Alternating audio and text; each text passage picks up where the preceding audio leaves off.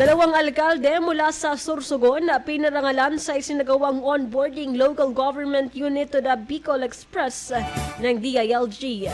Ang buong detalye ng balita nasa linya sa Megapo Patrol number 12 ng aming station manager SM Estela Duran. Bicol Network News Report!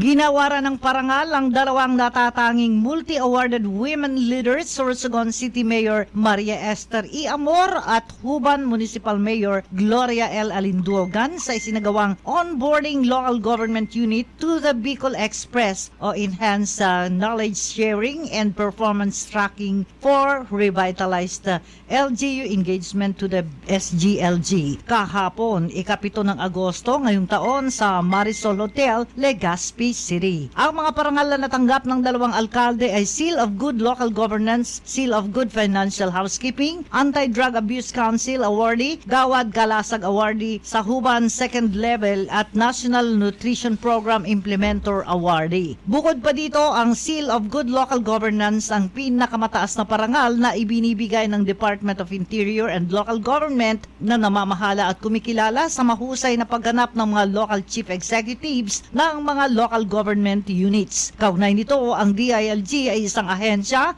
na nagbibigay parangal na kinikilala ang mga natatanging leader at ang SGLG ay isang malakas na tanda ng kahusayan. Kasama mo sa Bicol Network News, Megawa Patrol number 12, Estela Duran, tatak tunay na serbisyo.